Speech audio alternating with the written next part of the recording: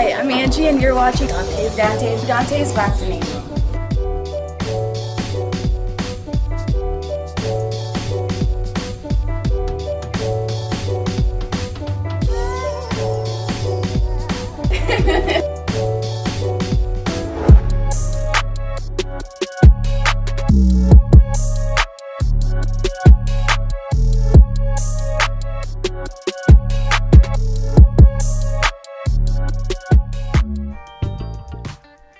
There's two sides to every story. Just like on Split Decision, there's the red corner and there's the blue corner.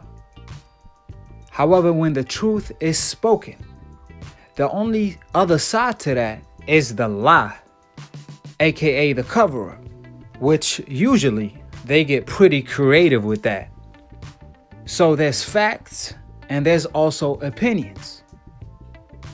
And in this video in particular, we're going to talk about facts only. We're going to speak with logic, not emotion, by speaking the whole truth. So you could call this video the sword of justice. So we're going to talk about both sides of the story, and we're going to split it with the truth down the middle.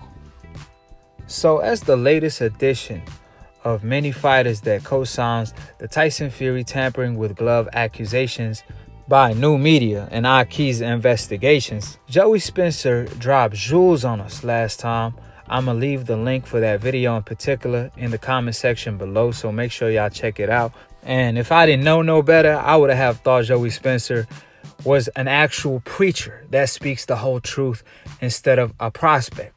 So shout out to Joey Spencer as he went in depth on how normal it is to punch bare knuckle from inside of the glove in Detroit, which is also where Tyson Fury was training at for the Deontay Wilder rematch, aka the Kronk Gym. And ironically, both Tyson Fury and the trainer started talking about retirement right after their biggest victory. I mean, let Tyson Fury tell it. When he beat Tom Schwartz, he acted like he beat Godzilla the way he was celebrating. However, now he's nowhere to be found. I mean, forget about making guest appearances. He even blocked his Instagram, let alone celebrate his victory. It seemed like he was the one that took the L instead of Deontay Wilder.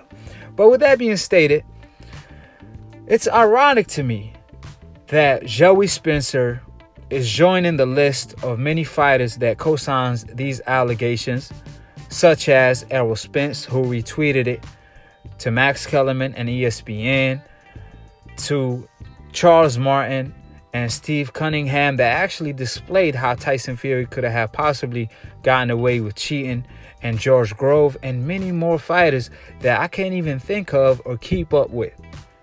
However, to no prevail, because old media, Max Kellerman and ESPN, still wouldn't talk about the issue that's putting a black eye on the sport as a whole. And this goes back to something that's actually deeper than boxing. And this goes to the hopeless fighters and the coincidental list fighters. How both lists have been treated over the years.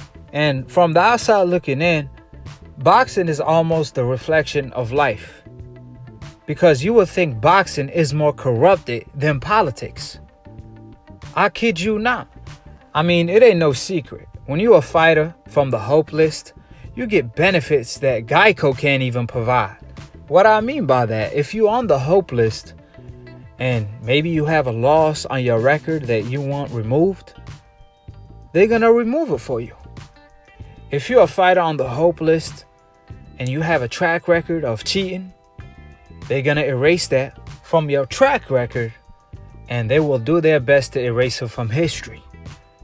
However, if you're a fighter from the coincidental list, it's the contrary. They will do their best to see you fall, which I'm gonna give real life examples of that without even bringing up Tyson Fury nor Deontay Wilder. So subscribe below if you want to hear the whole truth every single time. And first things first, we're gonna use an example of a fighter that everyone knows, who created TMT, But today we're going to flip the M to a W, since this man known for getting money every time he stepped in the ring, getting a W, because he stayed winning his whole career. So we're going to talk about the TWT, the whole truth, on the one and only Floyd Money Mayweather, the creator of the Money Team. He will be our first example. Floyd Money Mayweather, they emphasize that O is not that important as long you fight the best. Trying to suggest that Mayweather didn't fight the best. How ironic, even though Mayweather fought more champions than most fighters in history, even though he only had 50 fights, surpassing fighters that had 100 fights or even 200 fights, aka Chavez Sr. and Sugar Ray Robinson. Now, to put things in perspective, for Sugar Ray Robinson, you have to give him the benefit of the doubt because at the time, there was less weight classes and only one belt per division. So you have to put that element on the equation when you do these rounds up. But current fighters, they try to compare them to Mayweather and discredit Mayweather, claiming that Mayweather is not that impressive for having an O. But then ESPN will turn around and erase Lomachenko's loss off his record. And I kid y'all not, it happened on 2 different occasions, which I reported on it. Now, ESPN criticized Mayweather for years. Teddy Atlas did as well, Larry, Jim Lampley, and the list goes on and on and on from all these decaf wizards that try their best to discredit a fighter from the coincidental list. However, to no avail, because Mayweather stayed on top, and that's why they still hate him till this day. But my point is, Lomachenko went to the Mexican university when Awash Salido schooled him, introducing him to a whole university of boxing that he didn't even know existed. And Lomachenko couldn't graduate and did not want to revisit that school or give Salido the rematch, even though Salido was already old. Then, of course, HBO died out for messing with Al Heyman and Mayweather, and Bob Arum copied the blueprint or the green print of Al Heyman and Mayweather going to free TV, which is ESPN. And ESPN erased Lomachenko's loss on more than one occasion, trying to fool the public on who the best fighter in the world. Ladies and gentlemen, would y'all believe around the time Vasyl Lomachenko only had 9 fights with 1 loss already? And on the other hand, both Andre Ward and Terrence "the Bud" Crawford were undefeated with 30 plus fights in over a decade. Terrence "the Bud" Crawford just became undisputed at 140. Something that haven't been done for years in the sport of boxing. On the other hand, Andre Ward was a gold medalist who was undefeated since 14 years old. And he was actually coming off a knockout victory against the Crusher, who was labeled as top 3 pound for pound according to old media at the time. Teddy Atlas had the audacity to tell both Andre Ward, former pound for pound number 1 before he retired, and current pound for pound number 1 today, Terrence "the Bud" Crawford, that they not competing with each other. They competing with this fighter that have 7 fights and 1 loss, Lomachenko, because he is pound for pound number 1. And I believe them ridiculous statements by Teddy Atlas were the reason why Andre Ward retired shortly after, because he realized ain't nothing really I could do to earn that pound for pound number 1 spot, because old media will label Lomachenko as pound for pound number 1, even if I probably go up in weight and knock out both Anthony Joshua and Deontay Wilder. The double standards in the sport of boxing is the reason why Andre Ward retired, in my opinion, because he realized I'm damn if I don't, damn if I do. And now, if you're seeing what they're doing with Lomachenko, they removed Lomachenko lost off his record. At one point, they removed it completely. And another time, they removed the lost and made it a draw instead, and labeled him the #1 pound for pound over the real pound for pound Terrence the Bug Crawford, who also fights on the same network. How ironic. But they claim the guy who been undefeated for over 20 years, that's not impressive. Which we all know that's a lie. So I could point out so many double standards in the sport of boxing when it comes to Mayweather. But I'm going to just point out some of them, because if I point out all of them, it's going to take literally all day. And since we don't got the time in our day, we're just going to keep it short and simple. And on the other hand, if y'all know all the corruption we dealing with, y'all probably end up quitting boxing. And we don't want that to happen. We just want to tell the whole truth. So, since boxing began, every time a fighter from the coincidental list, if he boxes, they say he's born. He's moving around, he's running. Now, when it's a fighter from the hope list doing the same thing, and just to make it worse, on a lower level, they will praise his brilliant boxing skills all day. For examples, Willie Pett. I'm pretty sure y'all heard of the story where Max Kellerman informs the public every single chance he get how Willie Pett was a great boxer and won a round without throwing a single punch. Man, you know how ridiculous that statement is? That really cracks me up every time I hear Max Kellerman or any of these decafs wizards use that in order to praise Willie Pett. Because if the shoe was on another foot and that foot happened to be a coincidental list fighter, see, they wouldn't just critique him all day. They will trash this fighter all day long. Matter of fact, scratch that. All year long. Do y'all know, ladies and gentlemen, that there were plenty of fights and plenty of rounds where Rigondeaux, Floyd Money Mayweather, Roy Jones, and even Muhammad Ali, they went plenty of rounds without getting hit, not even once. But also in return, they were hitting their opponent plenty of times. And they were still getting critiqued.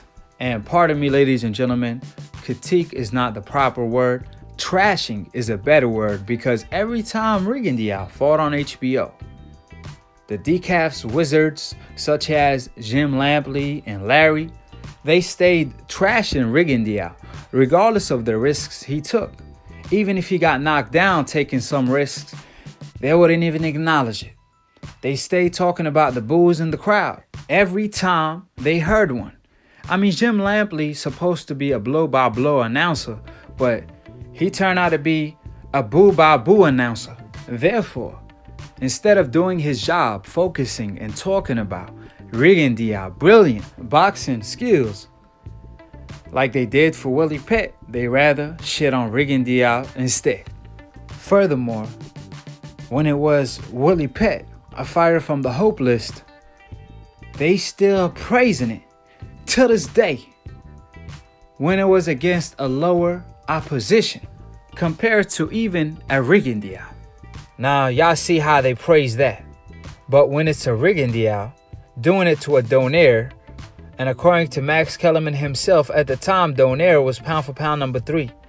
And if he was in the same division as Floyd, he will be the favorite. And Rigondeaux, with only like 10 or 11 fights, schooled him almost every single round with ease. And Bob Arum shit on him the whole time right after the fight, including HBO. Now, how ironic is that? They praised Lomachenko for doing the same thing, but when it was Rigondeaux, it's automatically he's boring. When it's Floyd Money Mayweather, a fighter from the coincidental list just like Rigondeaux, Larry used to say every single time, Mayweather, he worries about not getting hit before hitting his opponent. And Roy Jones responded to him one time like, of course, that's what he was supposed to do. I mean, this is boxing. Hit and don't get hit. That's the name of the game, Larry. You might want to go watch another sport. Of course, he didn't quite say that. However, y'all get the point. Now, of course, Larry responded by saying, well, some fighters look to hit their opponent before worrying about getting hit. That sounds like a decaf talking that never boxed before. There's nothing cool about getting hit. The name of the game, if you Google boxing, is hit and don't get hit. That's the beauty and the art of the sport. But see, they only change the standards when it's a fighter from the coincidentalist. Then all of a sudden, you have to do more. Then all of a sudden, what's known to be good is no longer good. Now you have to do the unthinkable and achieve the unachievable and do the unnatural in order to be a great. And that's what all of these or most of these fighters from the coincidentalist did. They actually beat these double standards. From Floyd Money Mayweather to Andre Ward to Roy Jones to Muhammad Ali, and the list goes on and on and on. And I'm pretty sure it was heartbreaking for all these decafs wizards to actually tell these fighters from the coincidentalists, you won't be able to achieve that. And they achieve the unachievable and break all type of records by beating both their opponents and the double standards in the sport. And if you actually peep history, the top 5 greatest fighters of all time in the sport of boxing, or maybe even top 10, are from the coincidentalist. Just to name fighters on top of the dome: Muhammad Ali, Sugar Ray Robinson, Sugar Ray Leonard, Floyd Money Mayweather, and Roy Jones Jr. Now, on the other hand, let's talk about the fighters on the hope list that didn't have to deal with double standards. They actually had to deal with favoritism by doing something that had been done 1,000 times by these fighters from the coincidentalist. But when a fighter from the hope list doing it, all of a sudden, all you hear them say is, this is the greatest thing since sliced bread. And I kid y'all not, they did it with Lomachenko, Billy Joe Saunders, Tyson Fury, and the list goes on and on and on to even Willie Pett from back in the day. However, silly me, why do I even have to go back that far? Let's talk about something pretty recent. Lambley went on and talked about Gennady Golovkin, how great he is because he don't use his jab. He's drama show. He go toe to toe. And then as soon as he fought a pretty average fighter, Lemieux, his best win to this day, he jabbed all day. And guess what Jim Lambley did? He praised him all day, forgetting the fact that he was shitting on fighters that used their jab almost, because those were fighters from the coincidentalist. And when Triple G went from drama show to boxing show by all of the sudden promoting the fight such as Mexican style and then fighting like Muhammad Ali style, going from the bull to the matador, Jim Lampley had nothing to say about it. Even though he praised Lomachenko of how much of a great boxer he is because he outboxes you without using his jab. Even though Floyd Mayweather and Roy Jones been doing it for years. But like I said, at the end of the day, when you're a fighter on the hope list, there's such favoritism, at least from these decafs wizards. We've seen it throughout history. How ironic is that? Now, on the other hand, when Floyd Mayweather used to put on a hell of a performance against Gotti or Indom, where it was almost like the beatdown of the year, not the fight of the year, Larry will say, well, just look around. It's empty seats everywhere. And then ironically, Mayweather became the biggest star in the sport. So like I said, everything they criticized Mayweather for, all the double standards, Mayweather overcame. And they still didn't give him his credit and the credit he earned and deserved. This is not bonus credit he was asking for. But on the other hand, Lomachenko, for example, he's only 7-1. He's not even 7-0. And you have guys like Joe Rogan or Larry or Teddy Atlas talking about how great he is, labeling him as the greatest talent they had ever seen. I mean, having the audacity to say that after witnessing the greatness of Roy Jones around his prime time. Apparently, they must have forgot exactly how much of a gifted fighter he was. Or maybe they're trying to say they never seen a fighter from the hopeless that could actually fight. Either of the two. I mean, Roy Jones did things like it was magic. He was also a fighter on the coincidental list. So like I said, when it's a fighter from the coincidental list coming forward showing a great chin, they will say he's a punching bag. When it's a hopeless fighter, they will say, wow, watch his iron chin. He's always exciting, giving the fans everything they have been asking for. You see the difference of how they point out the hopeless fighter and the coincidentalist fighter? And that's how it was and will always be in the sport of boxing. Like I said, they did it to Jack Johnson, Joe Louis, Floyd Money Mayweather, Rigan Diao, and the greatest, Muhammad Ali. You think it's a coincidence he was supposed to go to Vietnam?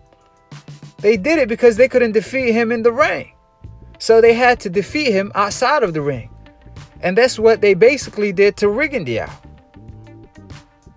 So to ignore how boxing have been treating fighters from different groups is equivalent of ignoring the racism in real life. Because you could clearly see, you don't have to be Stevie Wonder. You don't have to wonder. You could clearly see the double standards in the sport of boxing. And this is things that actually took place in history. Like I said, you don't have to go back to Muhammad Ali or Jack Johnson where racism actually exists. I'm talking about right now. I'm talking about even Mayweather. Just go listen to every single fight of his. Listen to the commentators. Listen to Larry. Listen to Jim Lampley. And their request of Mayweather. And how Mayweather delivered every single time. And how they discredit him every single time. They always found new ways to discredit Floyd. And Mayweather always prevailed. Which I'm going to leave a link for that video in the comment section below. Which I already talked about it. Which is the rise of PBC and the fall of HBO. But the point I'm trying to make is a bigger point. I'm trying to paint a perfect picture. And you know Aki always put it together like puzzle. What I'm trying to say is, when you're a fighter from the coincidental list, you damned if you do, you damned if you don't. On the other hand, when you're a fighter on the hope list, you are covered, to say the least. Regardless of your F-ups or whatever you do. And Deontay Wilder versus Tyson Fury is a perfect example. Deontay Wilder got criticized for saying he won a body on his record. He's saying this is a dangerous sport. The WBC, the World Boxing Corruption Organization, said they had an issue with that. But they don't have an issue with a fighter that's actually allegedly cheating. Right in front of our faces. But when you're on the hope list, even if you're guilty, you're not guilty till proven guilty. And you're going to be innocent because they're not going to take you to trial. Even with all the evidence that's right in front of our faces. And even with a witness. It take more than that. It take God doing and destiny to point out the double standards in boxing. Because old media wouldn't talk about it. That's why it's out with the old and in with the new. And new media always preaches the truth and reports factual information. We talk with logic, not emotion. So with that being stated, throughout history, double standards have been shown. And they were more upfront about it. However, now they try to cover it up as much as they can. But of course, that's why new media is here. We're not here to create confusion. We over here trying to restore order since old media corrupted things and maintaining it, which we doing our best. And I appreciate every single one of my Akis and all the supporters. But with that being stated, Tyson Fury literally got busted using steroids.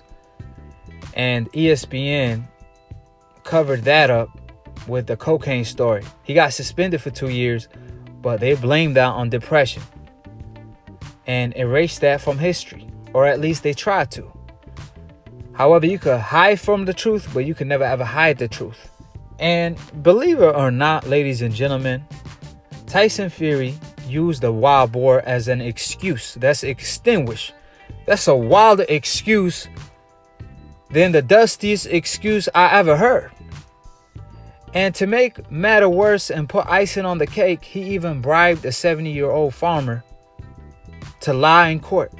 And to get away with it, he relinquished his license in the UK. And old media wouldn't even report on that. And now, Tyson Fury repeated something he did in the past where Mark McDonald, the referee, busted him doing so before his fight with Klitschko. So shout out to Mark McDonald for actually doing his job. Now, of course, Tyson Fury repeated that against Deontay Wilder in the first and second fight, and the commission wouldn't do a damn thing about it, even after we did a whole request from thousands of people. The Nevada State Commission still ignoring it with old media. The cover-up is real. The hope list insurance is the best, better than Geico. Let it be known. Like I told y'all time and time again. Now, of course, they try to cover this glove gate accusation. Teddy Atlas tried his best. Aki hit him with a kill shot. You know, Aki don't play. Hopefully, Max Kellerman comes and plays with us, but of course you play with fire, you get burned, and when there's fire there's smoke, and where there's smoke there's fire. So like I said, they ignoring this glove gate accusations, but all these fighters, from champions or former champions or prospect, Errol Spence, Steve Cunningham, Joey Spencer, they all talking about it, but old media wouldn't talk about it, and that's their actual job. So leave it for new media to speak the truth. But like I said, that's the double standards in the sport. See, when you're a fighter on the hope list, they will erase your track record if you cheated. They will erase your losses. They will erase your suspension. They will take that away and allow you to fight. However, when you're a fighter from the coincidental list, you damn if you do, damn if you don't. Even if you're innocent, you're going to be proven guilty. Which is crazy to say the least, because you have people that run track on the coincidental list, and when they get busted, they go to jail for that for like 4 years. But when it's a fighter that's actually fighting in the ring and he's on the hope list, that insurance covers everything. So this ain't the first time nor the last, because history repeats itself. But per story, there's always a message. And I believe this one will have even a greater message to our time. And Deontay Wilder got the right hand and the hammer from Alabama. So once he fight Tyson Fury in a trilogy match on an even playing field, he has the chance to write history and write his own destiny with his own right hand, regardless of the narrative that have been written. Because of course they tried to discredit him, claiming it's not impressive to knock out 40 people. But they praised the ish out of Rocky Marciano, and we don't know who he fought. No damn way. He don't even have an Ortiz on his record.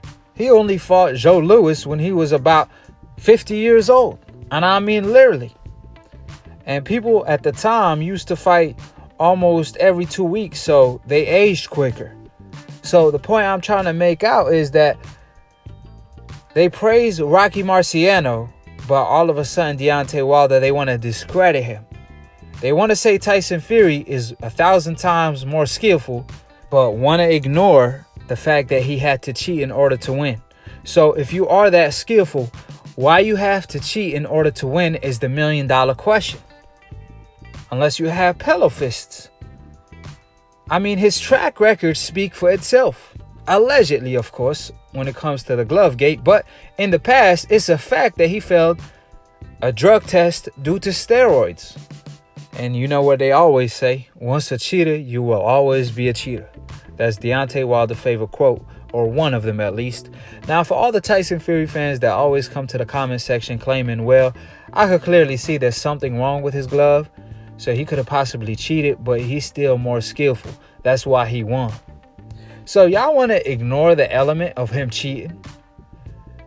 You see, they admit that Tyson Fury did cheat, but they don't care. As long as he get the W and he beat this bastard from the coincidental list that they hate so much.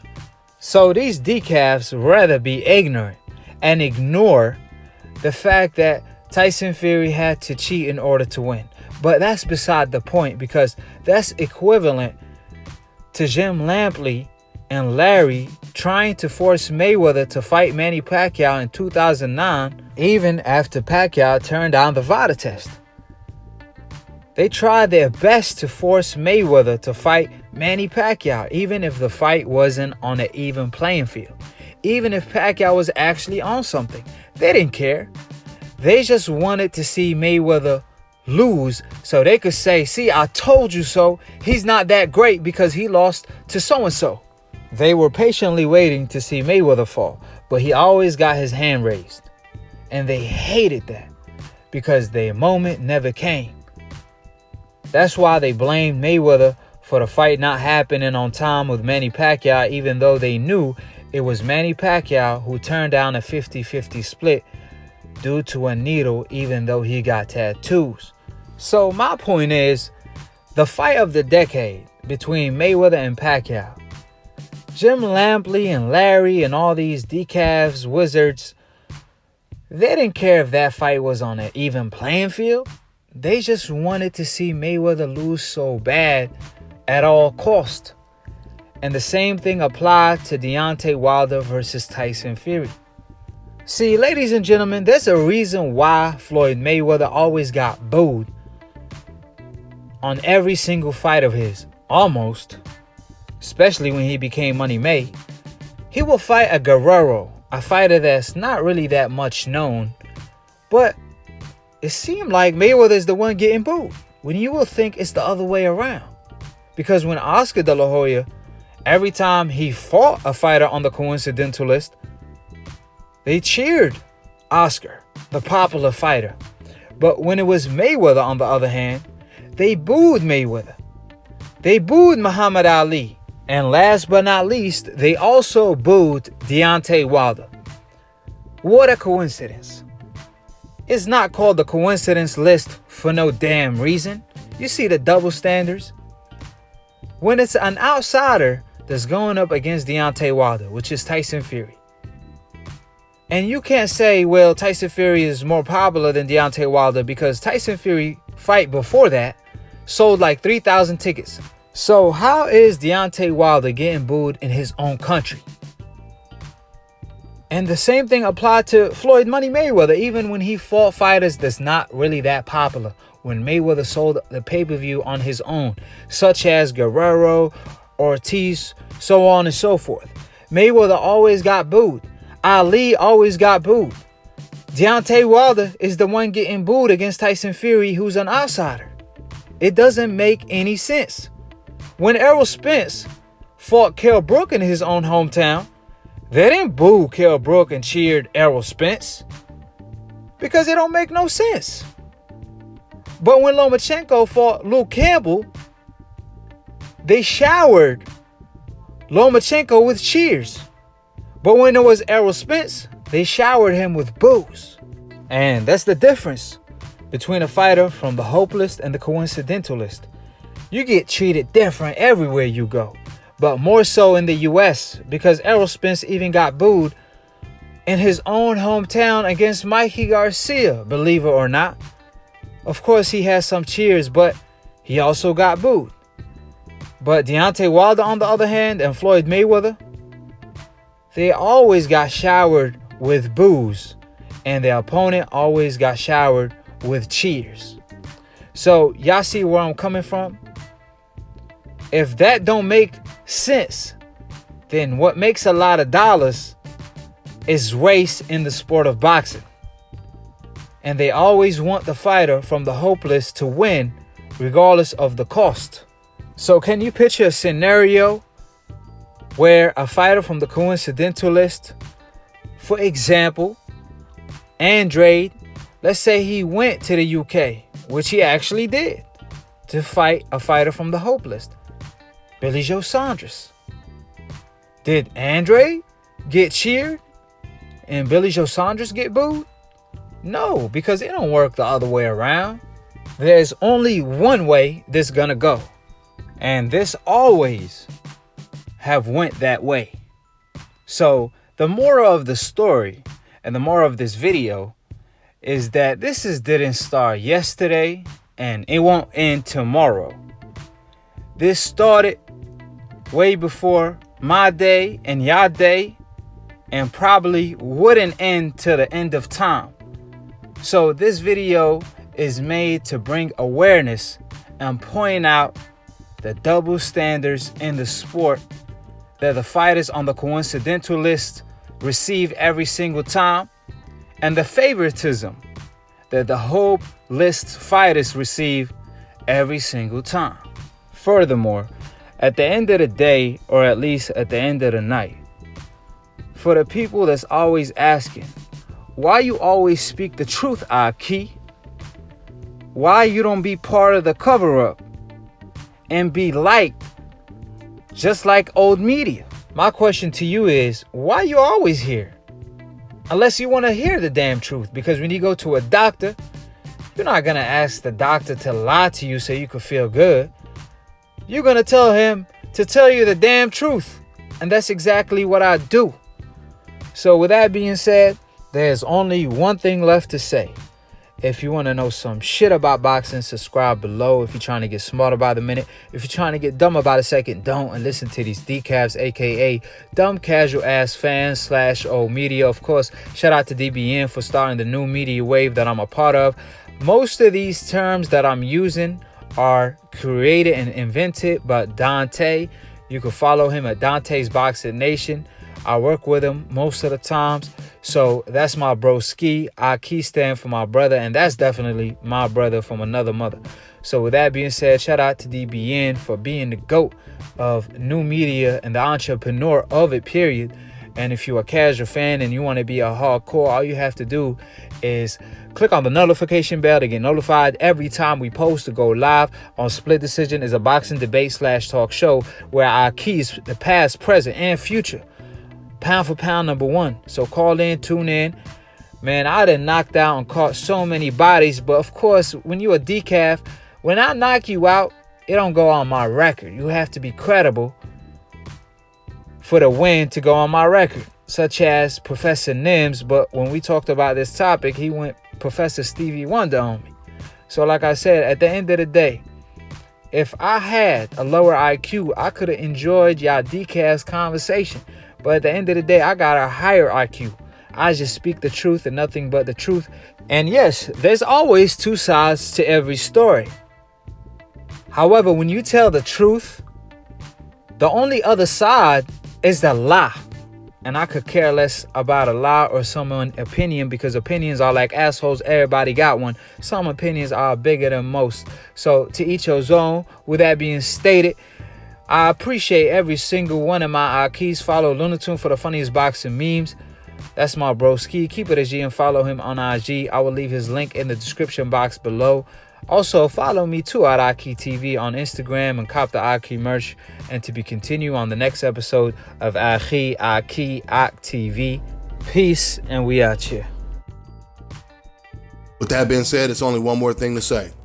If any of you guys out there are looking to grow your new YouTube channel or your existing YouTube channel, you want to get some new subscribers, go ahead and contact me at Dante'sBoxingNation@gmail.com. If there's a website you want to promote or something you're trying to sell, or you just want to get your name out there, anything it is, contact me at Dante'sBoxingNation@gmail.com. Now, while I'm talking about that, I want you guys to make sure you subscribe to my man's YouTube channel, Nate Drink One. He has a great new YouTube channel. He does a podcast Really good podcast with a full panel. So seriously, guys, go over there, show that support. It don't take nothing but a second to just go over there and click on that subscribe button. It's called A Drink of Wisdom. And what I really like about it is it has a little bit of an ESPN type of feel to it. Like I said, it's a new channel for my man Nate, so let's help him get to 1,000 subscribers. I'll leave you guys with a clip of his actual podcast show. That's all I got for now, guys. I'm on to the next one. Brief period of deliberation, Deontay Wilder has exercised his rematch option with Tyson Fury officially. The fight is scheduled to take place July 18th at the MGM Grand Garden Arena in Las Vegas. The decision came just days after his loss, with Wilder seemingly thinking bad luck and circumstance had played a role in his loss last time. Fury will take the rematch and may be one of the last fights we see the Gypsy King in. So Drake, let's start with you, man. Is Wilder making a mistake by taking this rematch with Fury this soon? Before I get to the answer of that question, two things I want to hit on about that first and second match. It's been brought out that the Nevada Commission, PBC, Top Rank, they're waiting on a B sample from Tyson Fury from the second fight. Evidently, something was wrong with his A sample, so they have to confirm it with the B sample. If what's being said is true, then we're talking a whole nother scenario here.